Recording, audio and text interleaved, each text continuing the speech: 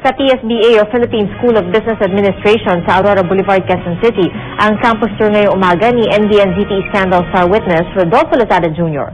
May ulat on the spot sa pamamagitan ng telepono si Susan Enriquez. Susan? Yes, Pia. Pasado alas 10 ng umaga, dumating dito sa PSBA Quezon City ang NBN-ZTE Star Witness na si June Lozada Jr. Mainit ang pagtanggap kay Lozada ng mga guro, kawani at estudyante ng universidad. Bukod sa paghahayag ng suporta, inulan pa ng konfeti ang pagpunta ni Lozada sa quadrangle kung saan ginanap ang hisa. Maigpit ang seguridad ni Lozada. Katunayan, bago siya lumabas sa quadrangle, ay mayroon munang advance party. Sa tinalabas na pahayag ng PSBA, nakasaad na dapat nang wakasan ang kultura ng korupsyon at kasinungalingan. Bukod dito, hindi na rin daw kaya ng kasalukuyang gobyerno na magreforma at ang patuloy umunong pananatili nito ay lalo lang magpapalala sa kalagayan ng bansa.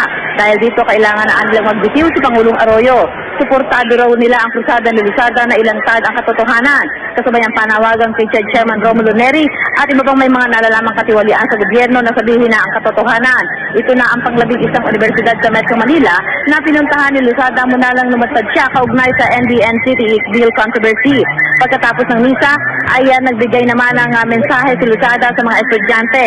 Na sinabi niya kung ano ang ginagawa umunong panggigipit sa kanya ng gobyerno, lalo na ang nangyaring malaking rally dito sa Makati. Isa sa mga tanong na ikinatuwa ng mga estudyante dito ay yung tanong niya si Lozada kung siya ay igagawa ng rebulta, ito saan ba niya nais na malagay. Ang sagot ni Lozada, gusto niya ilagay siya sa wangwang. Yan ang pinakahuling balita mula dito sa PSBA Quezon City. Susan Enriquez, balik sa'yo, Pia. Maraming salamat, Susan Enriquez, nag-uulat sa campus tour ni June Lozada sa PSBA sa Quezon City.